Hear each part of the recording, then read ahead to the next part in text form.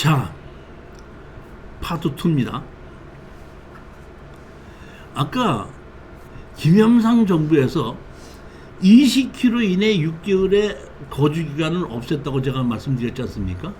그러면 김영삼 정부에서 왜 20km 이내 6개월을 거주를 없앴냐 하면은 그 당시가 FTA가 되는 시기였습니다. FTA를 대비해서 농촌을 활력을 좀 살려야 되겠는데 농촌을 활력을 어떻게 살릴까 하다 보니까 제일 먼저 바꾼 것이 20km 내에 6개월 거주를 없애버린 겁니다. 그래서 그렇게 놓고 그 다음에 FTA를 대비를 해서 이 김영삼 정부에서 그때부터 법을 계속해서 만들어 오는데 제일 먼저 만드는 법이 이겁니다.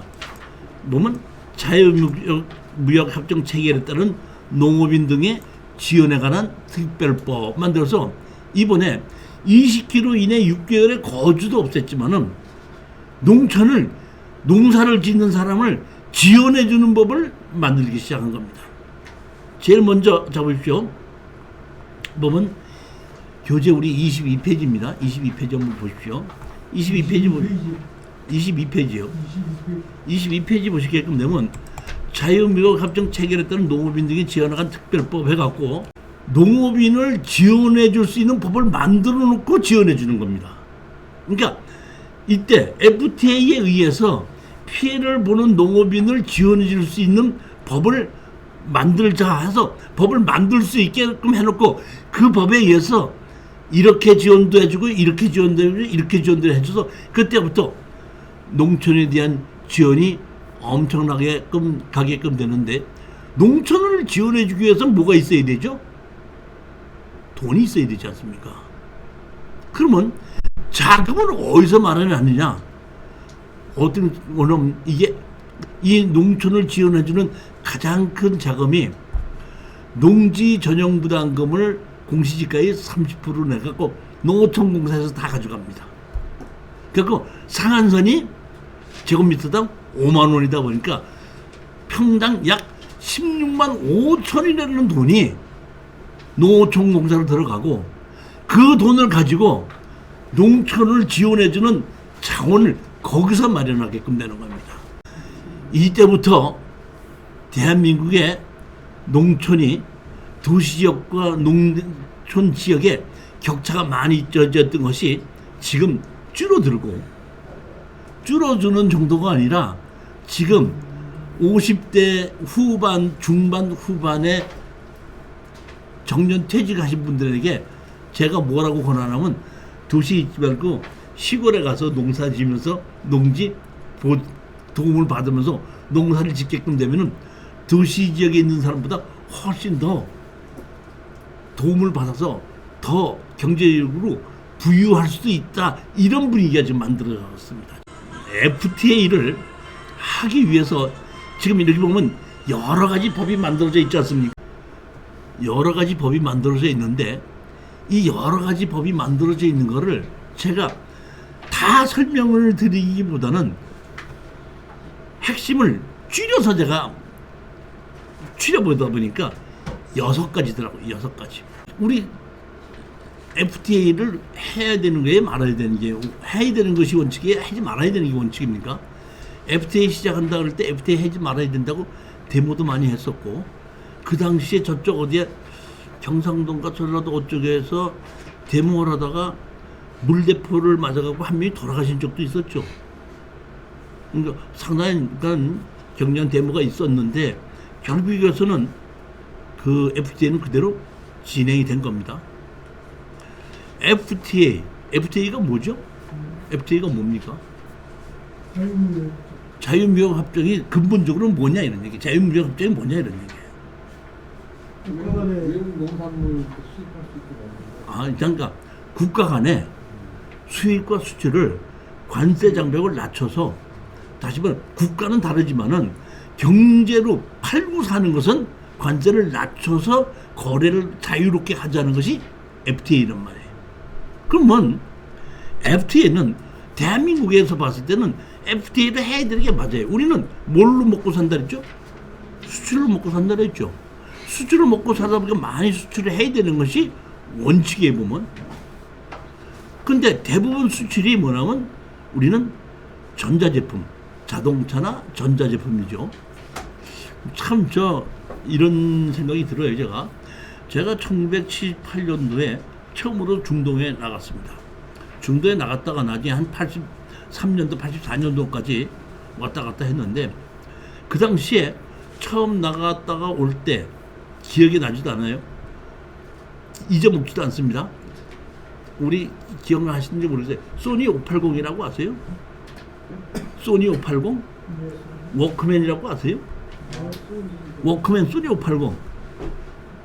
이거 하나, 코끼리표 밥솥. 우리 중동에 나갔다가 6개월 만에 한 번씩 오면 그거 하나씩 갖고 와도 세금 무리하지 않고 부지런히 한 개씩 사갖고 왔던 그 기억이 납니다. 사실은 80년도 84년도까지 들어서면서부터 제가 일제에 있는 물건을 가지고 국내에 들어온다는 생각을 그때부터 하지 않기 시작했던 겁니다. 그만큼 그런데 바뀌기 시작했던 겁니다. 보면 79년도에서부터 82년도까지 그 정도에 많이 바뀐 거예요. 84년도 되면서부터는 전자제품 사가지고 오지 않게끔 됐는데, 그만큼 대한민국의 전자제품이 발달하게끔 됐다는 얘기죠. 아까도 잠깐 말씀드렸는데 88 올림픽을 계기로 상당히 수출을 많이 하게끔 됐다 그랬죠. 그게 뭐야? 공산주의 국가 수교를 하면서, 그 중에서 특히 중국과 수교를 하면서 그 중국에 엄청난 수출을 많이 하다 보니까 우리가 경제적 이득을 본 건 틀림없습니다. 이게 중국에서 대한민국하고 FTA를 하게끔 된 것이 대한민국을 봐줘서 하는 거에 자기네 나라도 경제적으로 이득을 얻기 위해서 하는 겁니다. 자기네들도 이득이 있어서 하는 거예요. 그러면 자 봅시다. 중국의 인구가 얼마죠? 15억, 뭐 13억이라고도 하고 뭐 16억이라고 하는데, 뭐 예를 들어서 13억이라고 합시다. 대한민국 인구가 얼마죠? 5천만. 그러면 13억하고 5천만 원하고 서로 팔고 산다 그러면 누가 이익이에요? 13억한테 우리는 팔고 걔네들은 5천만한테 파는 거 아니에요? 그럼 숫자로 보면, 단순한 숫자로 보면은 대한민국이 훨씬 이익인데 중국은 바본가? 한국은 FTA 하게? 미국도 마찬가지죠. 유럽도 마찬가지. 미국의 인구가 3억 5천이죠. 유럽도 한 3억 5천, 4억 되죠. 그럼 유럽도 FTA를 한국에 있는 5천만 원하고 미국도 한국에 있는 5천만 원하고 한다, 이런 얘기. 그럼 미국 3억 5천, 유럽에 4억, 중국에 13억 하면 전부 다 20억 정도의 인구가 5천만이라는 대한민국의 인구하고 FTA를 한단 말이에요. 왜 하죠? 서로 수익이 되니까 하는데, 쉽게 얘기하면은 대한민국은 원자재가 없어요. 원자재를 수입을 해서 가공해서 파는 거거든요. 그러니까 원자재는 대한민국이 엄청나게 수입을 하죠. 그러니까 대한민국을 통해서 세계 각국에다 팔으니까 원자재를 대한민국에 납품함으로써 가공된 그 원자재가 세계 각국으로 나가는 거다 보니까 할 수 없이 한국하고 FTA를 할 수밖에 없다, 이런 뜻입니다. 그런데 가장 중요한 것은 농산물은, 대한민국은 산악지대죠. 우리 저기 섬에 한번 가보셨어요? 섬. 섬에서 내리면 바로 경사지죠. 대부분 웬만한 섬은. 그렇듯이 이 한반도는 산악지대가 대부분이지 평야가 아니거든요. 그렇기 때문에 제가 알고 있기로는 이 땅 중에서 한 20%밖에 농지가 안 됩니다. 땅도 좁은데 농사를 짓는 것도 한 20%밖에 안 되는데, 거기에 농사를 짓는 사람하고 하루 종일 말 타고 가도 끝이 나오지 않는 평야에서 농사를 짓는 사람하고 경쟁이 되겠냐, 이런 얘기입니다. 그러다 보니까 정부에서는 우리는 전자제품을 팔아야 되니까 FTA는 해야 되겠는데, 역으로 농산물이 수입이 되게끔 되면 농촌이 어려워질 것이다.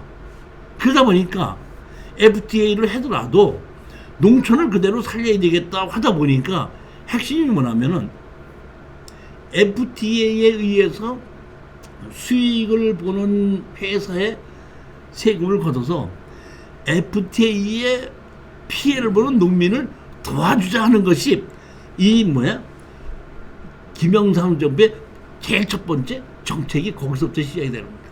그렇게 해서 그때 보면 여기 법이 만들어진 것이, 자 보시오. 핵심을 보면 농지를 소유한 사람과 경작하는 사람을 정확하게 구분해 농지가 없더라도 농사를 경작하는 사람을 지원한다. 다시 말하면 농사를 짓지 않는 사람은 농지를 소유할 수 없다 이렇게 됐는데, 전두환 정부에서 농지 임대차 보호법을 만들었죠. 그러다 보니까 농지를 빌려서 농사를 짓는 사람도 있는데, 농지를 소유하는 사람과 농사를 짓는 사람을 정확하게 구분해내자는 겁니다. 구분해내서 농지를 소유한 사람이 아니라 농사를 짓는 사람을 지원해 주자는 겁니다.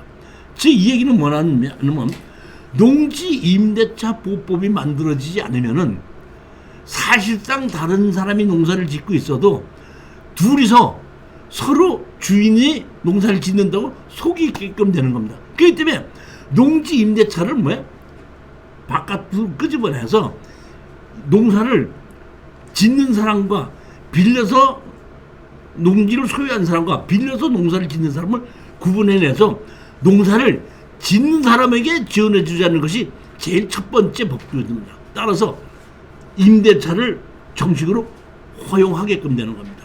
그러니까 제일 처음에 임대차를 허용하는 건 농어촌 공사를 통해서 임대차를 허용했는데, 이제는 농어촌 공사를 통하지 않고 개인과 개인 간의 계약에 의해서도 빌려줄 수 있게끔 만들어준 겁니다. 더 풀어준 겁니다.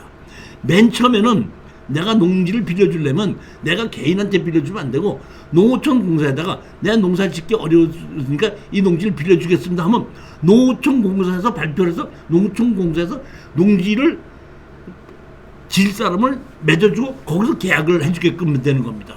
근데 이것만 갖고 가는 게, 개인과 개인 간의 계약서를 써서 동이나 읍면 사무실에다 신고만 해도 농지 임대차를 인정해주고 농사를 짓는 사람을 만들어주고, 농사를 짓는 사람도 농업경치 등록을 해주는 겁니다.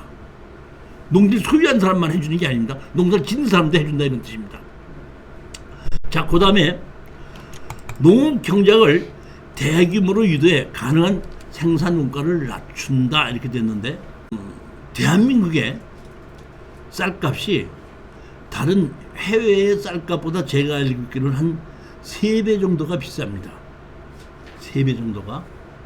근데 그 3배 정도인데 대한민국에서 쌀 가격이 제일 싼 곳이 어느냐면 현대서산강적지는 다른 데서 생산하는 거 마찬가지로 쌀 생산 가격이 3분의 1입니다.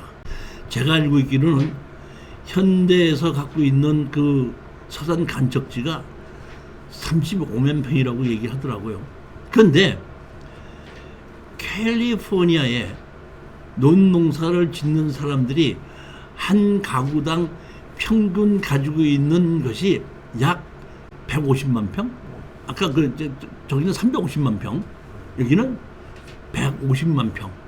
그러니까 서산간척지 한 반 정도를 한 개인이, 캘리포니아 한 개인이 가지고 생산해내는 거다 보니까 거기에 대해서는 면적으로 하면 따질 수가 없다 보니까 농업 경작을 대규모로 유도하는 겁니다. 그래서 빌려줘서 한 사람이 같이 농사를 지을 수 있게끔 풀어주기 시작하는 것도, 이 임대해 주는 것이 내가 농사를 짓지 않고 옆에 사람이 같이 농사를 지을 수 있게끔 만들어주는 것이, 그래서 이런 것도 그 중에 하나라 이렇게 보시면 됩니다. 그 다음에 생산되는 농수산물 식품을 고급화로 유도해 고가에도 팔릴 수 있는 정책을 수립한다. 결국에서는 싼 것을 찾는 사람이 있는데, 싼 것을 찾는 사람 말고 고급을 찾는 사람도 있죠. 그러다 보니까 우리는 가격을 싸게끔 낮추는 것은 아무리 옆에 농지를 합쳐서 한다고 해도 낮추는 거는 한계가 있다 보니까 반대로 이거를 고급화시켜야 되겠다. 제가 기억하기로는 이명박 정부 때라고 기억합니다. 이명박 정부 때 농림축산식품부 차관인가 하시는 분이 한 분 나와서 이제 그 대담하는 거를 그 텔레비에서 제가 잠깐 본 게 있는데, 그때 그분이 뭐라고 얘기하냐면 앞으로 농업 정책을 고급화로 만들어서 세계의 인류 부호들이 대한민국의 농축산물을 비행기로 공급해다가 먹을 수 있는 그런 좋은 고급화로 만드는데 정책을 바꿀 것이다. 그런 식으로 해가겠다. 이렇게 해서 다시 말하면 싼 것보다는 고급으로 만들어가고 승부를 하겠다. 이렇게 정책을 변화시키는 거죠. 제가 1978년도에 처음으로 중동에 나갔다 그랬죠. 제가 1979년도에 저희 회사 한양주택 회사에서 제가 독일로 출장을 갔었던 적이 있습니다. 출장을 가서 제가 한 20일을 있었는데, 독일에서 한 20일이 있으면서 가장 놀랬던 것이, 독일에도 부자가 있고 서민이 있지 않습니까? 독일의 부자들은 전부 다 독일제 자동차 벤츠, BMW 타고 있고, 카메라는 독일제 라이카 카메라를 갖고 있는 사람은 독일의 부자입니다. 그런데 독일의 서민은 전부 다 일제 도요타 차를 타고 있고, 일제 캐논 카메라를 가지고 있으면 독일의 서민이에요. 저는 그 당시에 제 상식으로는 국산보다는 외제를 갖고 있는 사람들이 부자라고 생각했는데, 독일에 가봤더니 독일 사람 부자는 독일산을 쓰고 독일의 서민들은 외제를 쓰더라고요. 그걸 보고 내가 사실은 충격을 받았었어요. 그때 79년도에 우와, 진짜 이게 이렇구나 하는 걸 제가 그때 느꼈는데, 사실 몇 년 전에 제가 강의 끝나고 우리 집사람하고 소주나 한잔 하러 나가자 그래서 어디 가가지고, 그때 뭐 장어인가 뭔가 꼼장어인가 무슨 장어인가 이 시키는 그런 집에 가갖고 이제 소주 한 병하고 장어 한 접시 주세요 그랬더니 주인이 오더니, 장어가 국산은 3만 원이고요 수입품은 2만 5천 원입니다. 뭘로 드실래요?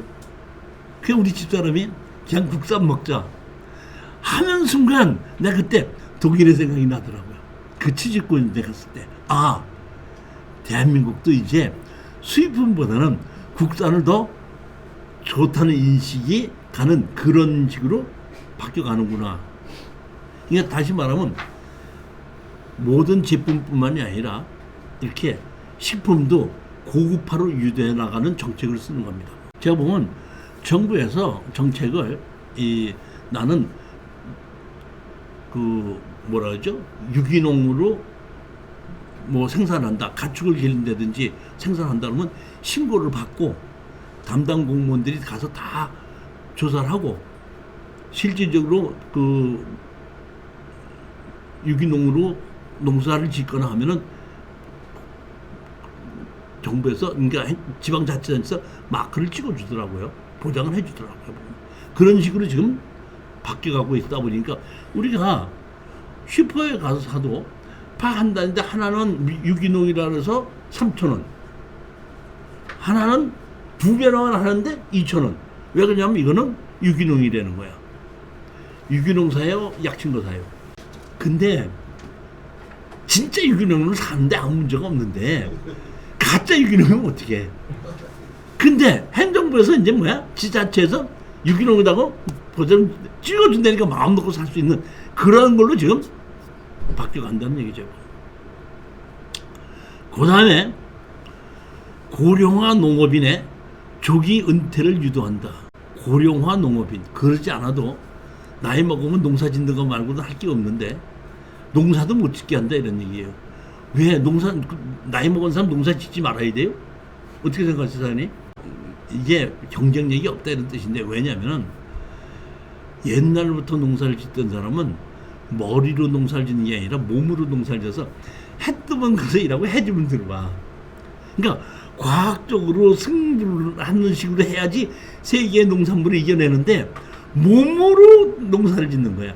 해 뜨면 일하고 해 주면 들어오는 그런 식으로 해서는 세계 농작물의 경쟁력이 될 수가 없다. 그러니까 몸으로 일하는 사람들은 이제 은퇴하고 새로 머리로 농사를 짓는 젊은 사람이 농사를 짓는 사람이 새로 만들어져야 된다. 이런 식으로 해서 그 농업인의 은퇴를 시키기 위해서 마을 해설가 뭐 이런 거를 교육을 시켜가지고 농사를 안 짓고 그런 걸 하게끔 만들고 있더라고요. 보면 정부에서 지원해 주더라고요.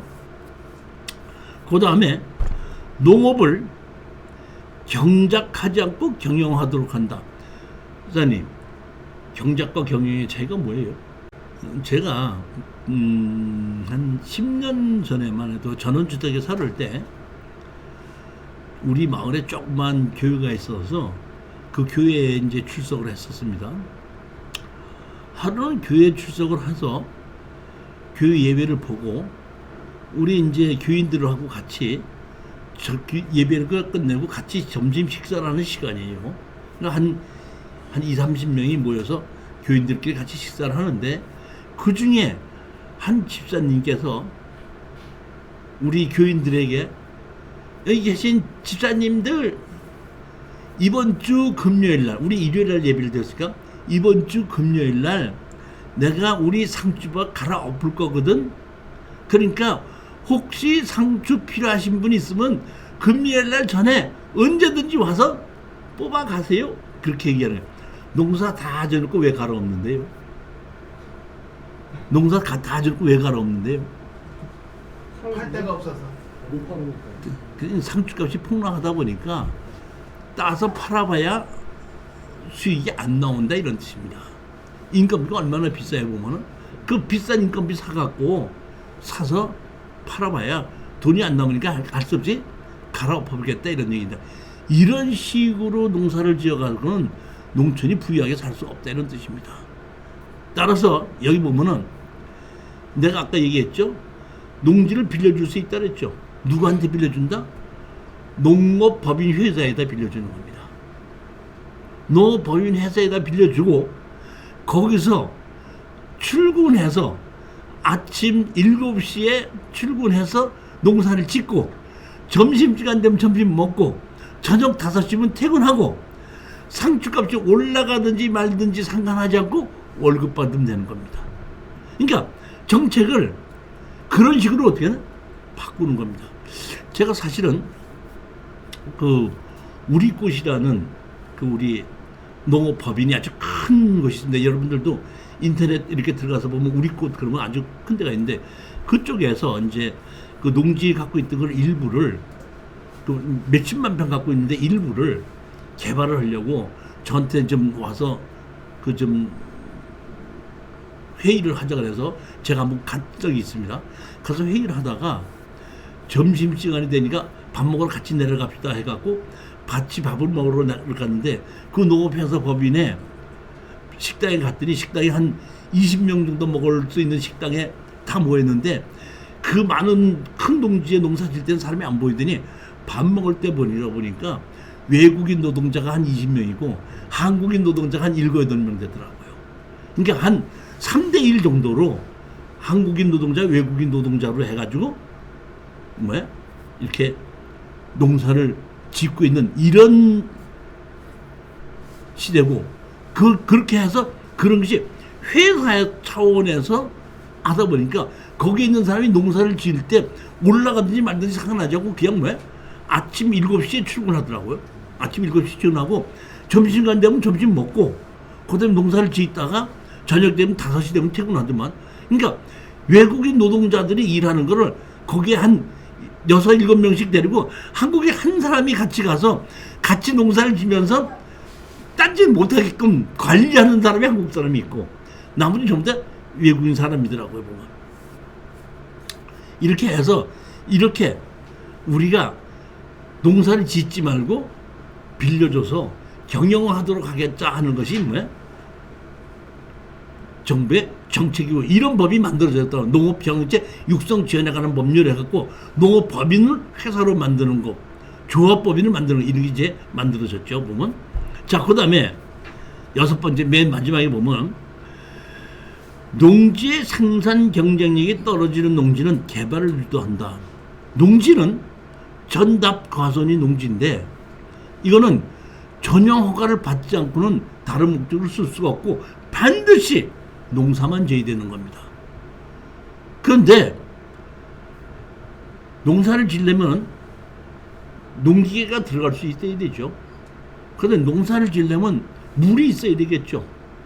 농사를 지려면 경사도가 세면 농사를 짓기 어렵겠죠. 그런데 이것이 지목이 전답 과손으로 딱 정해졌을 때는 못 바꾸는 겁니다. 이거를 정부에서 조사를 해서 농기계가 들어가기 어렵다든지 그 다음에 경사가 졌든지 아니면 농지의 그 면적이 작다든지 기계로 할 수 없는 작다든지 할 때는 영농 여건 분리농지라고 만들어서 이거를 팔고 살 때 농지증을 완화를 해줘서 누구든지 살 수 있게끔 해주고 그 다음에 농지를 전용해서 지을 때는 허가를 받지 않고 신고해서도 바로 지을 수 있게끔 해주는 게 영농여건 분리농지라는 걸 만들어서 경쟁력이 떨어진 농지는 빨리 다른 목적으로 쓰자. 이렇게 해서 이 6가지를 하는 정책을 만들어서 법이 수십 개가 만들어져 있고 지금까지 내려온 겁니다. 자, 제일 첫 번째 보면 농업경영체 육성 지원에 관한 법률입니다. 농업경영체 육성 지원에 관한 법률은 이런 것이 보면 농업회사를 만들 수 있게끔 하겠다 이런 얘기입니다. 농업회사를 만드는 거는 두 가지인데 하나는 농업법인인데 조합법인이 있고 일반법인이 있는데 조합이면 여러 명이 같이 모여서 만드는데 그때 뭐야? 5명, 6명이 같이 모여서 만드는 조합법을 만들 수도 있고 회사법인, 회사는 우리가 회사를 만들려고 그러면 뭐 주식회사, 유한회사, 합자회사 뭐 이런 걸 만드는 것이 있는데 그 중에서 좀 보면 유한회사는 합자회사보다는 주식회사를 많이 하다 보니까 주식회사를 만들든지 아니면 조합법인을 만들든지 크게 2개로 나누어 가지고 하게끔 되는 거예요. 핵심적인 건 뭐냐면은 이렇게 해서 농업법인이 상당히 많이 만들어지고 이 농업법인이 이제 활성화되기 시작을 하다 보니까 됐는데 중간에 LH 사건이 났었죠. LH 사건이 나다 보니까 여기에 이 농업경영체 육성 지원에 관한 법률에 의해서 19조 5라는 것이 이게 뭐야? 새로 생긴 겁니다. 하나가 생겼습니다. 뭐냐면 부동산업의 금지. 그러니까 농업조합법인이든지 회사법인이든지 이런 농업법인이 만들었는데 부동산업을 하면 안 된다 이런 뜻입니다. 농업법인은 농지를 활용 또는 전용하여 통계법 20조 1항에 따른 통계청이 고시하는 항공표준산업분리에 의한 부동산업을 영위할 수 없다. 이렇게 만들어놨습니다. 그러다 보니까 저희도 이런 걸 모르고 우리 농업법인에 부동산 개발업이 들어가 있었거든요. 그동안에 같이 해서 농사도 짓지만 개발도 했었는데 하다 보니까 농업법인이라고 하더라도 부동산 개발업이 들어가 있게끔 되면 농지증을 안 해줘서 농업법인도 농지를 살 수 없게끔 만들어 놓은 겁니다. 법이. 저는 이렇게 생각해요. 농업법인이 농사만 지어야 돼요? 아니 아까 말씀드렸듯이 우리 꽃이라는 곳이 있었죠. 제가 거기 갔다 그랬죠. 우리 꽃이 그 농지를 몇십만 평 갖고 있더라고요. 이천에도 있고 저기 뭐야 어디 해남에도 있더라고요. 그러면 이천으로 옮겨오면서 해남 땅은 팔으려고 했는데 그냥 팔지 않고 농사를 짓는데 그냥 팔지 않고 거기다 좀 개발을 해서 팔아야 되겠다고 해서 저한테 와서 이 개발하는 걸 어떻게 했으면 좋겠느냐고 했는데 우리 곳에서 그렇게 농사를 짓고 있던 그 땅을 이제 다른 농사를 짓는 사람한테만 팔아야지 개발해서 팔으면 안 된다는 뜻입니다. 이런 것도 조금 좀 이 LH 사건이 나고 난 다음에 이 법이 만들어진 겁니다. 25페이지 보시면 모든 농업경영처는 농업경영정보를 등록하게끔 되어 있습니다. 저도 우리 농지를 사서 제주도에 있는 농지도 바로 농업경영정보 등록을 해서 담당 공무원이 와서 보고 무슨 나무를 어떻게 심었다는 것을 정보를 한 걸 보고 그거를 통계청에다가 올리더라고요. 그러니까 농업경영체 정보 등록을 된 것을 띄워달라고 얘기하면은 해당 면업사무소에서 띄워주는 것이 아니라 통계청으로 보내갖고 통계청에서 받아가지고 띄워주더라고요. 그러니까 이런 걸 전부 다 지금 농업경영정보를 등록을 하게끔 돼 있고, 내가 보면 예전에는 농지원부였었는데 농지대장으로 바뀌었었죠. 농지원부와 농지대장의 차이가 뭡니까? 농지원부와 농지대장. 농지원부는 누가 이 농지를 갖고 있다 한 거고, 무슨 농사를 짓는다는 것은 부수적입니다. 근데 농지대장은 무슨 농사를 짓는다? 누가? 농지원부는 누가 무슨 농사를 짓는다? 누가 갖고 있느냐가 중요한 거고, 무슨 농사를 짓는다는 부수적인데, 농지대장은 무슨 농사를 짓는다? 누가? 빌려서 짓느냐? 주인이 짓느냐?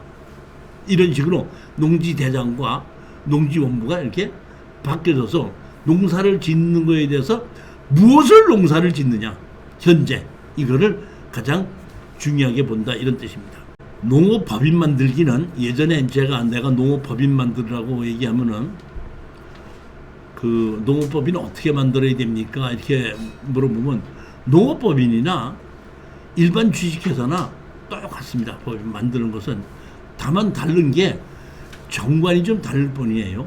이 정관을 제가 이렇게 넣은 것은 이거는 제가 이게 만드는 것이 아니라 농림축산식품부에서 농업법인을 만들면서 그러니까 농업경영체 등록에 관한 법률을 만들면서 정관 만드는 걸 이렇게 올려놨더라고요.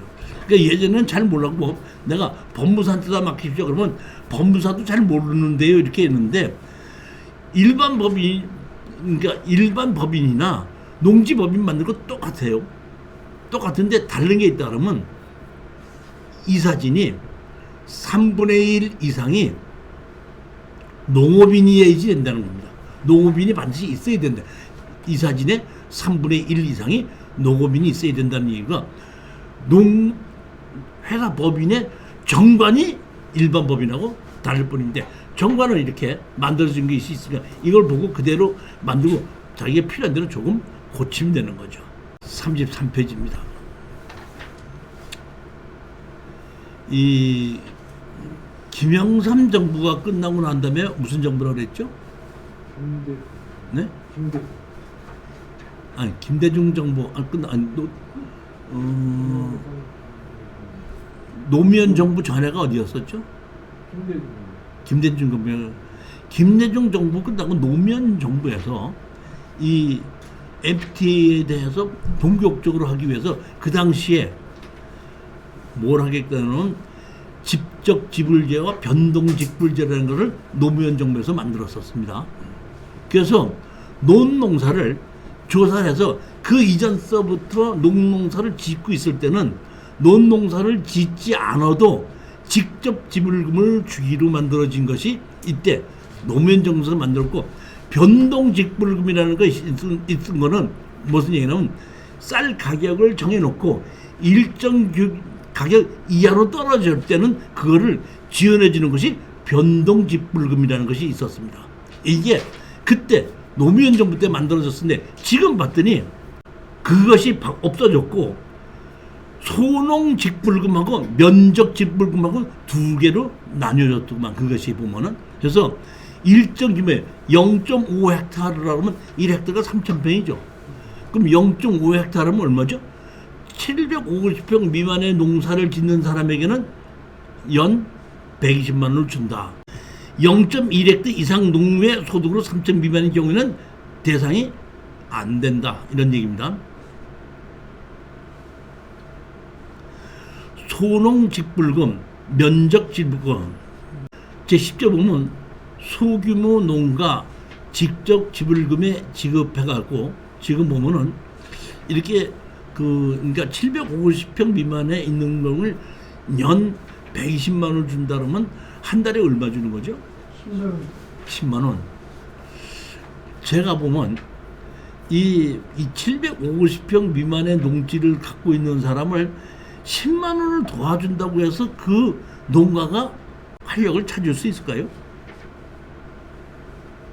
제가 보기에는 750평 미만의 농사를 짓는 사람은 빨리 팔고 나오든지 다른 회사한테 그게 빌려주게끔 만들어야지. 이거 750평 미만에 있는 농지를 갖고 있는 사람을 10만 원씩 도와준다고 해갖고 그 농촌 경제가 살아날 거라고 난 보지는 않는다는 겁니다. 3,1500평이 1,500평, 0.5헥타르면 1,500평, 750은 1,500평인데 그럼 제가 면적을 잠깐 착각을 했는데 1,500평 미만의 농지를 갖고 있는 사람이 10만 원을 받는다? 그러니까 11조에 보면 면적 집적 지불금에 지급이 있는데 면적 집적 지불금은 지급 대상 농지 등에 대하여 대통령령으로 정하는 기준 면적 구간별로 농업진흥지역 안에서 논농업, 반농업 이용되는 농지를 또는 농업진흥 밖에서 농업에 이용되는 농지 등 농업지역 밖에서 반농업을 이용되는 농지 등 각각 구분하여 대통령령으로 정하는 역진적인 단가를 적용하여 지급한다. 그러니까 그 1,500평 미만은 그냥 10만 원씩 주고 면적을 가지고 농사를 짓는 사람은 따로 정하는 금액을 지불해 준다.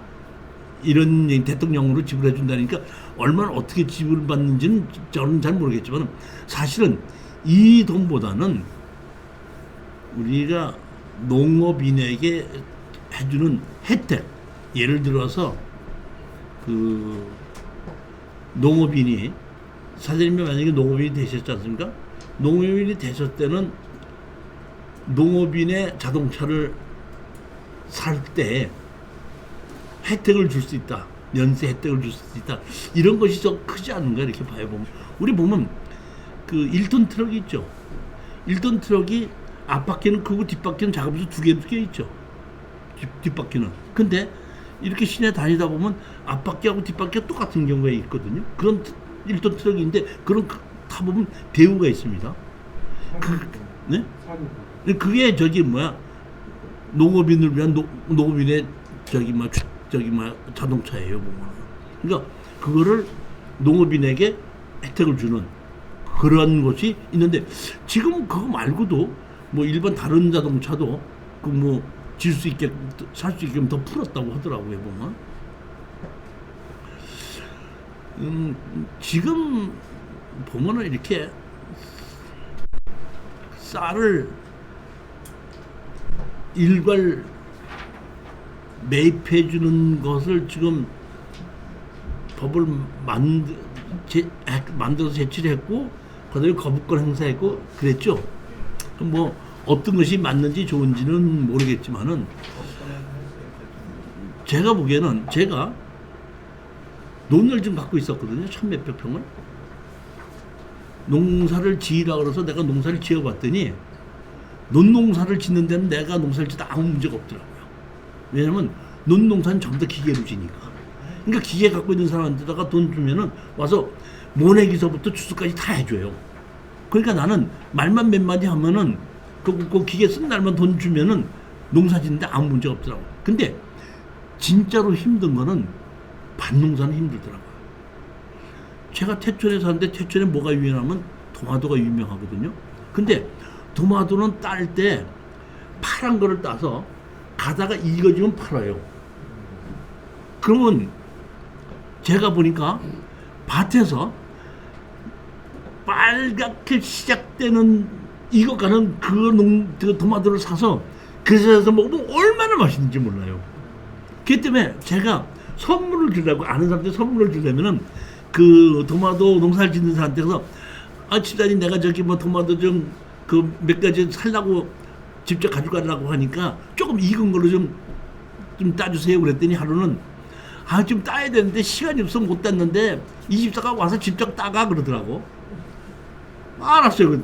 아이고 30분 따니까 완전히 목욕이야. 그 비닐하우스 안에서 얼마나 더운지도 모르고 그 딸이 그렇게 힘들더라고. 한 30분에서 한 2박스 따는데 이게 조그마한 거. 여름도 아니고 토마토 딸 때가 초봄이잖아요. 근데도 그렇게 그러니까 토마토를 빨리 익게끔 하려고 비닐하우스 좀 따스하게 했으니까. 근데 그거 따는 게 그렇게 힘들더라고. 그래서 내가 야 논농사는 쉽지만 밭농사는 이렇게 힘든 거로구나. 그런 걸 지금 알았는데 이게 제가 보면 농지를 도와주는 것도 기계로 농사를 짓는 걸 도와주는 것이 아니라 밭농사를 도와줘야 돼. 내가 보기엔 그래요. 고추 따는 건 말도 못하고 그거는 전 우리 그 동네에 고추밭이 하는 꽈리고추 하는 사람들이 많아갖고 그 꽈리고추 따주러 몇 번 갔다가 아주 난 죽는 줄 알았어. 허리가 일단은 구부리는 것 자체가. 그 내가 이번에 저기 미국을 갔다 왔는데 그 이제 미국에서 교회에서 이 농사를 짓는 걸 이렇게 밭을 이렇게 만들어 놓고 이제 몇 사람이 하는데 거기 가봤더니 한 60cm를 그 축대를 사서 높여놓고 거기다가 농사를 짓게끔 해놨더라고요. 그래서 이거 왜 그러냐 했더니 허리 굽히기가 힘들어서 높여놓고 거기다가 농사를 짓는 거예요. 그러니까 사서 고추도 딸 수 있고 뭐 토마토도 딸 수 있더라고 보니까. 그러니까 좀 쉬운데 진짜 맨 땅에다가 허리 숙여가지고 따는 거는 그 보통 어려운 게 아니더라고요. 보면 조금 제가 보면은 이런 면적 지불금도 좋고 이 소농 지불금도 좋지만은 농촌에다가 혜택을 가장 많이 줄 수 있는 것은 농업진흥지역이 아닌 일반 농지는 누구든지 팔고 살 수 있게끔 만들어주는 겁니다. 농업진흥지역은 지금처럼 관리해도 돼요. 농사만 적극적으로 지어야 되다 보니까. 근데 농업진흥지역이 아닌 일반 농지는 누구든지 팔고 사는데 지장이 없게끔 해주고 그 대신 사놓고 난 다음에 농사를 안 지면 그때 제지하자. 사는 거 자체, 파는 거 이거는 완화해줘야 하는 뜻입니다. 그 다음에 농업진흥지역이 아닌 곳에 제촌 8년 없애자 이런 뜻입니다. 제 생각이에요. 그러면은 소농 직접 지불금 지는 것보다 면적 지불금 지는 것보다 더 이 농촌이 활력을 해서 서울에 돈 있는 사람들이 사지 돈 없는 사람이 농지 사지는 않지 않습니까? 돈 있는 사람들이 사갖고 뭔가를 해야지 거기가 활력이 있는 것이지 아무리 많이 있어도 돈 없는 사람들끼리 모여 있어갖고 뭘 하겠느냐는 얘기예요. 우리가 부동산이 올라간다. 평택의 부동산이 올라간다. 왜 올라가죠? 쉽게 얘기하면은 반도체에서 근무하는 사람은 연봉 1억이야. 1억짜리들이 3,000명이 와서 살면서 그 돈을 쓰기 때문에 그 경제가 활성화가 되기 때문에 부동산이 올라가는 거예요. 예를 들어서 고도계가 있는데 돈 안 쓰는 사람들이 10,000명이 들어와 갖고 20,000명이 들어와서 있어도 돈 안 쓰는 사람이 들어오면은 부동산 안 올라갑니다. 부동산이 올라가는 것은 돈 있는 사람이 들어와서 거기에 있는 경기에 팔기도 하고 사기도 하고 먹기도 해서 경기가 활성화가 됐을 때에 그거에 있는 부동산이 올라가는 것이거든요. 제가 보기에는 그렇게 해서 이런 일반 농지, 농업진흥지역이 아닌 일반 농지는 무조건 누구든지 살 수 있다. 다만 사놓고 농사를 안 지면 제지한다. 사는 거, 파는 거는 자유스럽게 해주는 것이 시대의 흐름이 아닌가 이렇게 보는 겁니다. 보면은 농업농촌및식품산업기본법을 만들어서 아까 농업인의 생산을 했으면 그 고급으로 생산하게 바뀌겠다 그랬죠. 그게 농업, 농촌 및 식품산업 기본법을 해서 농산물과 식품의 품질을 높이고 소비자를 보호하기 위하여 농산물 생산 이후의 관리 기술 및 원산 표지, 품질 관리 등을 위한 정책을 세우고, 쉽게 얘기해서 오리를 파는데 무슨 오리를 파냐 했더니 유황오리 판대요. 유황오리 사야 돼, 기황오리 사야 돼. 근데 유황을 제가 알기로는 오리는 보통 10개월을 키우거든요. 10개월 필요면 다 키우고 파는데 유황오리라고 해서 파는데 10개월 동안에 단 3번 사료에다가 이만큼 넣어주고 유황오리래. 매일 먹여야 돼? 3일만 먹여야 돼? 누가 관리를 하냐 이런 얘기. 그러니까 그거를 직접 지방자치단체에서 이 농업농촌식품산업부에서 내가 유황오리 팔겠다 하고 만들면은 신고하면 유황오리 기를 때 얼마큼 언제 어떻게 먹이를 먹였는지 다 조사를 한다 이런 얘기예요. 그렇게 하고 인정이 됐을 때 유황오리라는 걸 인정해주는 그러한 법을 이 농업농촌식품산업기본법에 의해서 만들어지는 겁니다. 그러다 보니까 우리 소비자의 입장에서는 지방자치단체가 인정을 했으니까 조금 비싸더라도 마음 놓고 살 수 있고 거래할 수 있는 그런 기틀을 마련해 주게끔 되는 겁니다. 이 법에 의해서. 40페이지입니다. 도시와 농어촌 간의 교류 촉진에 관한 법률에서 농어촌 체험 휴양마을 사업자 지형해가지고 이게 농촌의 휴양마을 사업자 농촌 체험 이런 것을 만들 수 있게끔 만들어 놨죠. 보면 그렇게 하고 그다음에 농어촌 정비법원에는 관광농원, 민박사업, 빈집 철거 지원, 한계농지 지원해갖고 농어촌 정비법이 만들어졌는데 우리 보면 펜션이라는 거 기억하세요? 펜션이 숙박업이거든요. 숙박업인데 일반으로 우리가 모텔 허가를 받으려면 엄청나게 어렵습니다. 어려운데 농어촌 정비법에 농업인들을 위해서 민박 사업이라는 걸 만들어서 빌려줄 수 있게끔 만들어 놓고 그걸 뭐야? 농어촌 정비법에서 만들어 놓고 그거를 모텔이라고 빌리지 않고 몰라서 펜션이라고 만들어진 거기 때문에 이때 95년대 이런 농어촌 정비법을 만들어서 그때부터 만들어졌고 이 농촌에 이 펜션이 엄청나게 많이 들어서게끔 만드는 것도 농어촌을 활기차게 한 방법 중에 하나입니다. 이게. 일단은 팔고 사는 것을 거래 20kg 6개월을 없애버리고 그 다음에 민박 사업을 할 수 있게 펜션을 만들 수 있게끔 만들어 놓은 거 이런 것 자체가 농촌의 활력소가 상당히 많이 커진 거는 틀림없는 사실입니다. 자, 오늘은 여기까지 하고 다음 시간에는 현재 농지법이 어떻게 적용이 되는지 그 다음에 우리가 농지에서 연금을 받을 때는 어떻게 조건으로 연금을 받을 수 있는지 그 다음에 농지 취득 자격증명서는 어떻게 발급받는지 농지는 살 때부터 팔 때까지 모든 과정이 법으로 다 돼 있기 때문에 사는 과정도 알아야 되고 사고 보유했을 때 내가 어떻게 해야 된다는 것도 알고 내가 매도를 하기 위해서는 어떤 준비를 해서 어떻게 매도를 해야 된다는 것도 준비를 다 해야지 된다는 겁니다. 자, 오늘은 여기까지 하고 다음 주일에 다시 뵙도록 하는데 미리 하나만 말씀드리도록 할게요. 매주 화요일 날 우리가 강의하지 않습니까? 그러면 2월 첫째 주가 제가 알기로는 화요일이 2월 4일이죠. 화요일이 2월 4일인데 이날 제가 부득이하게 어디를 가야 되기 때문에 하루만 2월달 첫째 주 하루만 수요일 날 2월 첫째 주 하루는 수요일 날 3시에 강의하도록 하겠습니다. 자, 안녕들 들어가십시오. 감사합니다. 감사합니다.